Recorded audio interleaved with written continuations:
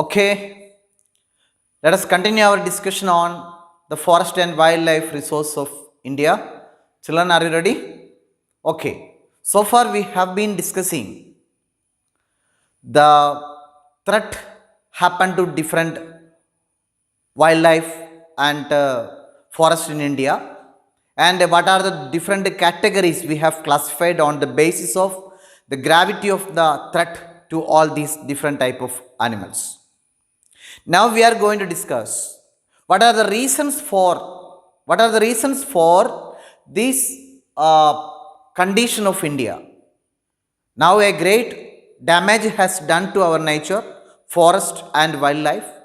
Who is responsible for this?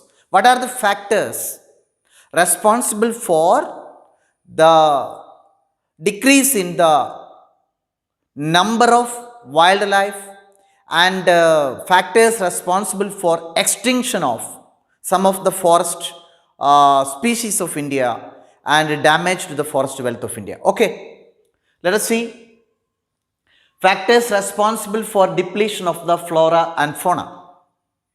Policies followed during the British period.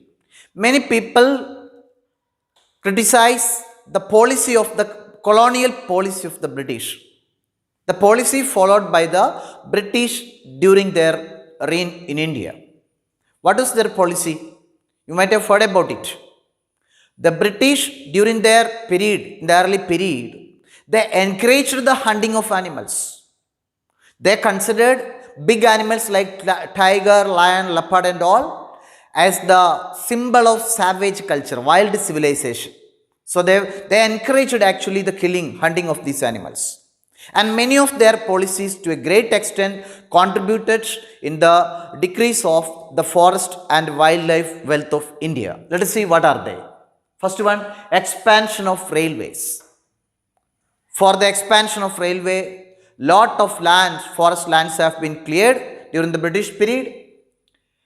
Agriculture. They encouraged, promoted agriculture. More and more forest land was cleared and brought under cultivation so that they could get more tax, and that was a need of the people also.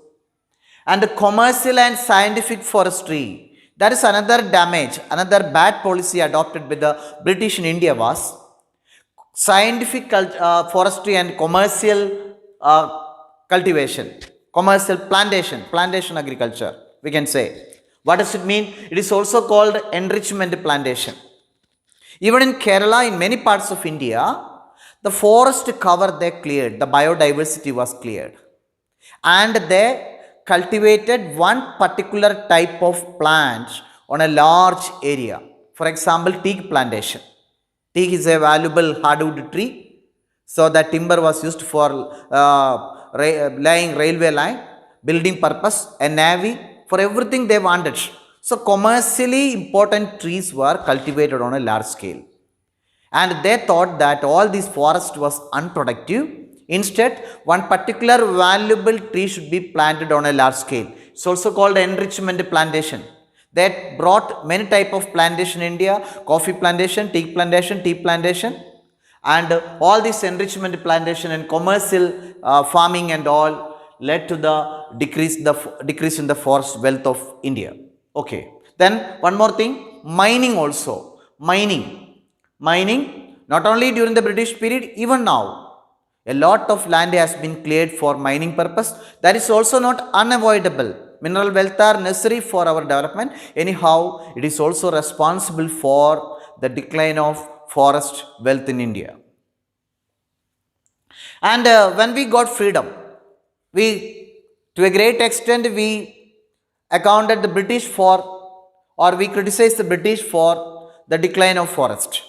But after getting freedom, our own activities, many of the developmental activities taken up by the independent governments of India, successive governments of India, that was inevitable. Anyhow, these developmental activities also contributed into the decline of or decrease in the forest wealth of India. What are they? River Valley Project. When we got freedom, our government implemented many multi-purpose river valley projects. Damodar River Valley, Bakranangal, Hirakuch, lot of river valley projects. And the catchment area, the dam create an artificial lake in front of the dam. You know that? You must have seen dams. And a lot of water will be accumulated there. That will be a reservoir. Lot of water is stored there.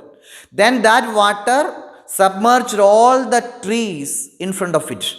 Hectares of forest, acres of forest submerged in the water in front of the dam.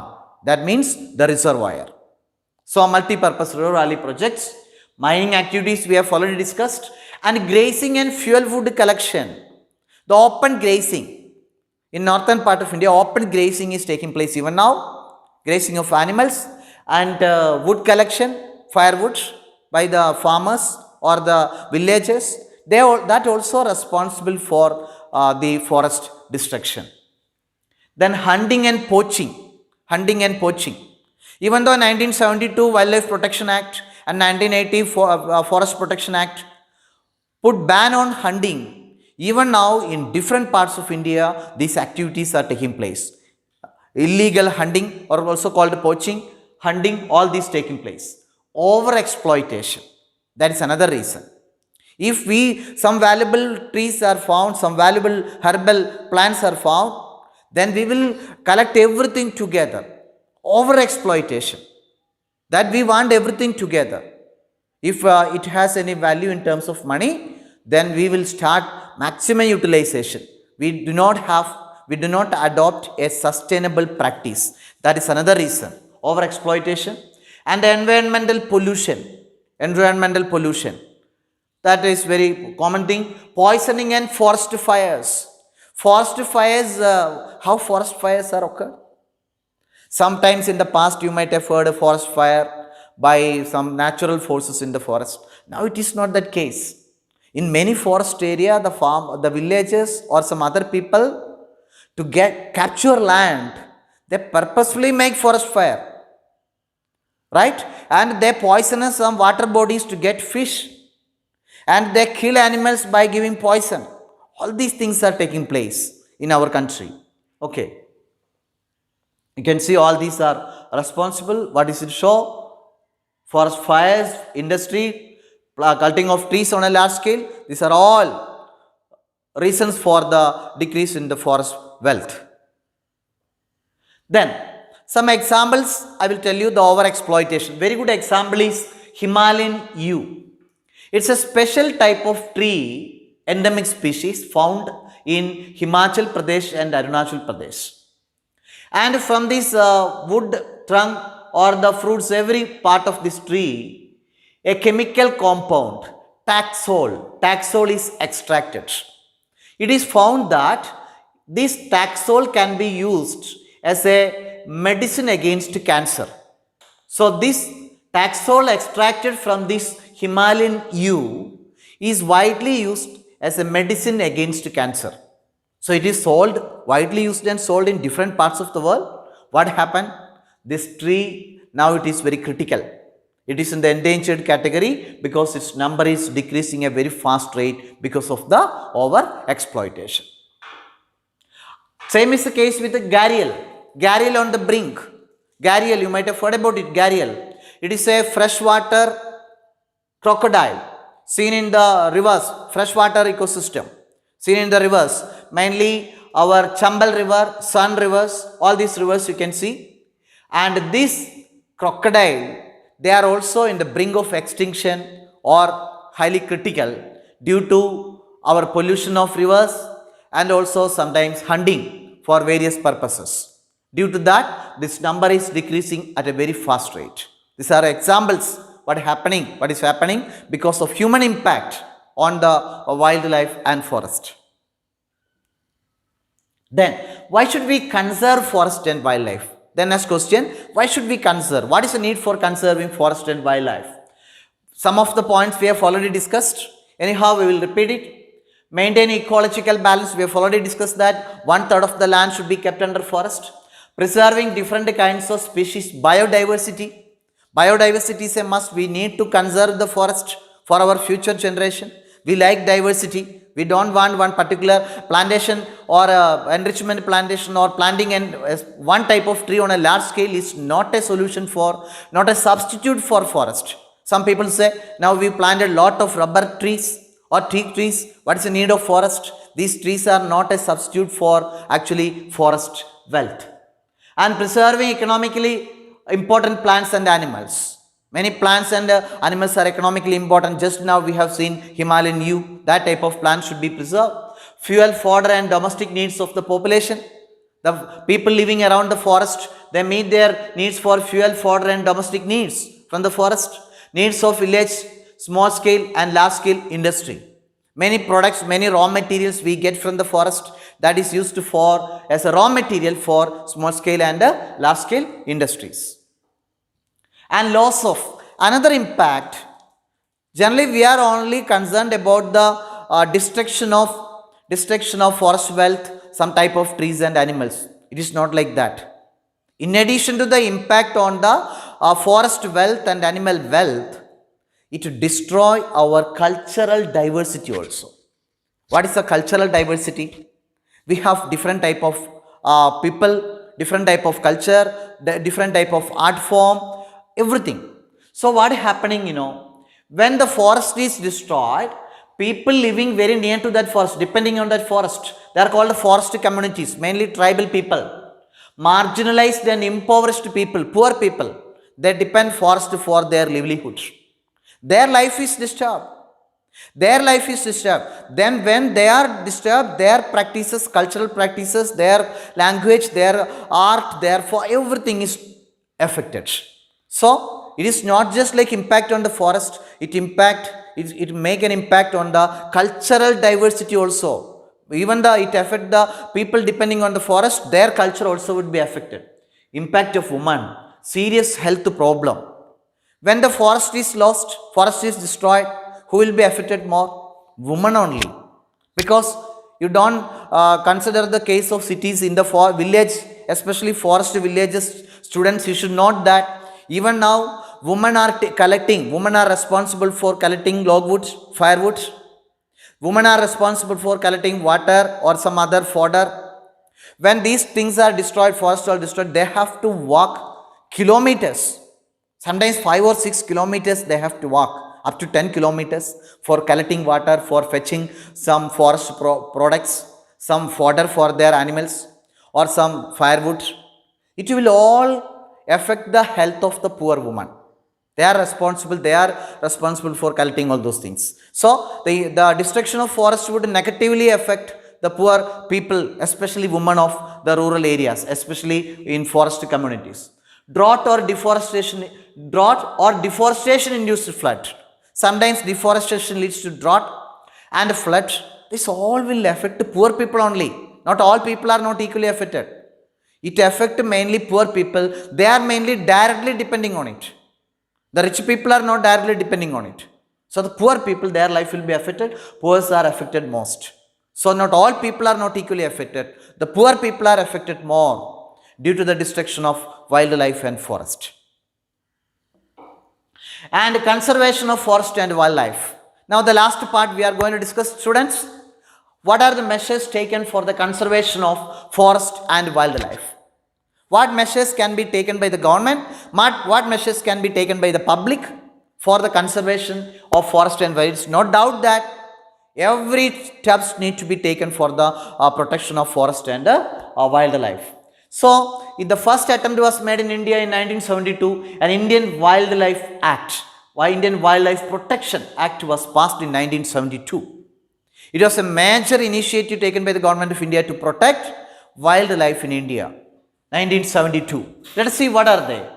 List of protected species was published. By this act, 1972, Indian Wildlife Act, list of protected species was published. Some animals, just now we discussed some critical or endangered or that category animals, their list was published. That needs to be protected.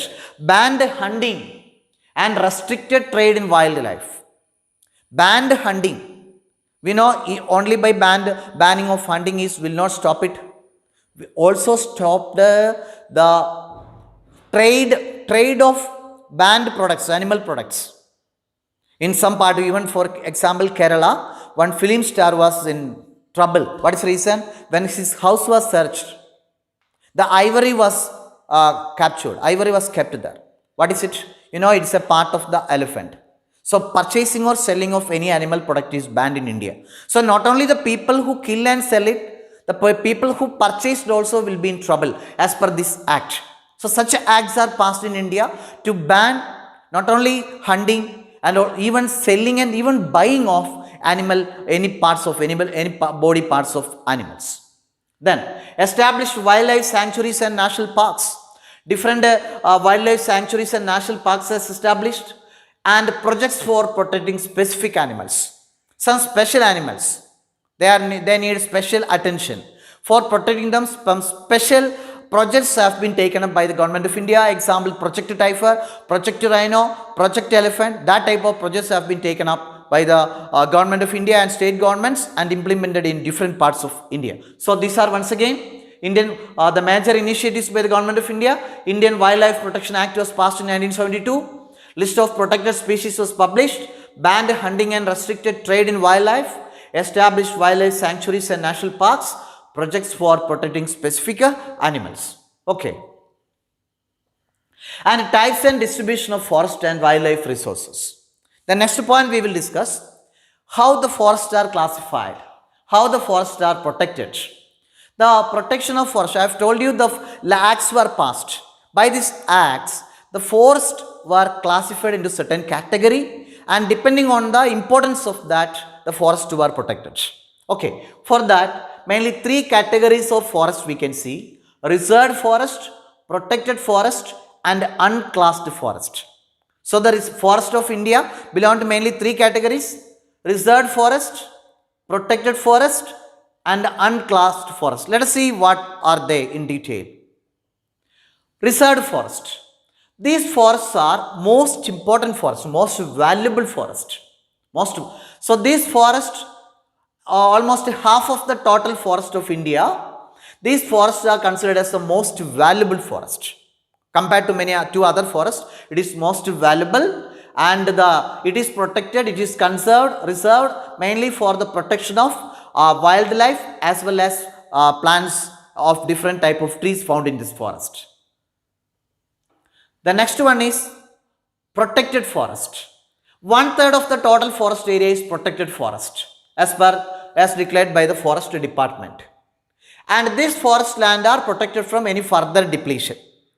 And there may be a question, what is the difference between protected forest and reserved forest? In reserved forest, even hunting and collecting of any trees or any forest produce is completely banned. Without prior permission of orders of the government, nothing is permitted in reserved forest. They are very strategically important forest, more important forest. Nothing is permitted. But in protected forest, with some restrictions, limited scale hunting or collecting of some forest produce like firewood or some other forest produce or fodder can be collected. That is a major difference. So reserved for, in terms of protection, reserved forests are more important than the protected forest. So protected forest, people living around that community can have certain rights with certain restrictions. That's the main difference. Okay. Then unclassed forest. This forest belong to government, private individuals and communities. It is these forests are also protected, but compared to other two forests, they are not so important. Even this type of forests are under the control of even private individuals and communities. And reserved and protected forests are also known as permanent forests. Okay, and Madhya Pradesh has the largest area under permanent forest, constituting 75% of its forest cover. Permanent forest, reserved forest and protected forest are also known as permanent forest. There may be some changes in the other type of forest, unclassed forest and also all. But here there is no change. It every time, always it remain as forest only. Okay. Then forest and wildlife conservation strategy, the last one. What is our conservation strategy? This is what we are going to discuss. Okay. Okay, conservation of forest. Regulated and planned cutting of trees. Trees are cut, but regulated and planned cutting. The trees that reach the maximum height and maximum lifespan that can be cut. Control over forest fire. Forest fire, in the past it was very common affair. Now the government is taking every step to forest department to control forest fire. Reforestation and afforestation, both are taking place. Some area destroyed, forest destroyed area, reforestation, and in other areas afforestation. Check over forest clearance for agricultural and habitation purposes. In the forest area or reserved or for protected area, it is difficult for the other departments to get a clearance. You might have heard about the problem in Shabarimala in Kerala. Thousands of pilgrims are going there. That is in a protected area, protected forest cover. That even an acre of land government cannot take extra without getting the permission of the central government, because that is very important forest. So forest clearance is not easy. To get a forest land for other purposes, habitation or developmental purposes, it is very difficult to get clearance, right? So conservation of wildlife, we have set up in different parts of India 14 biosphere reserves, biological reserves, to protect all the plants and organisms in that area intact without any damage to them. Financial and technical assistance is provided to many botanical gardens by government since 1992. Botanical gardens are developed with the help of government. And I have already told you different projects have been taken up to develop certain specific animals, to protect certain specific animals. Project Tiger, Project Rhino, Project Great Indian Bustard, and many other eco-developmental projects have been introduced. It means by Project Tiger or Project Elephant, what does it mean? It means to support an elephant population, vast areas are required. So the elephants numbers are decreasing when their supporting area is decreasing, or they do not get good quantity of food. So they require a vast area. So that area to support these animals need to be protected.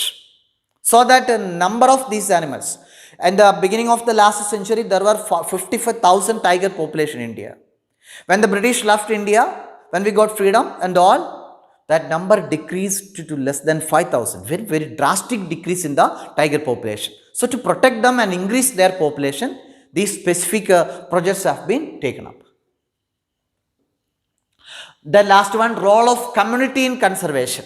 That's the last one. Not only government alone cannot protect the forest. Forest department is there, forest guards are there. They are not enough to protect the forest. So forest can be protected only with the help of community, people. Because people are everywhere, people are living around the forest. They can only protect. There are many examples in which people took initiative to help protect the forest. But moreover, in our culture, traditionally Indian culture, you know that in Indian culture, we protect every plants. Many people worship a certain type of banyan tree, people tree. And even before cutting a tree, traditionally, you might have heard a practice.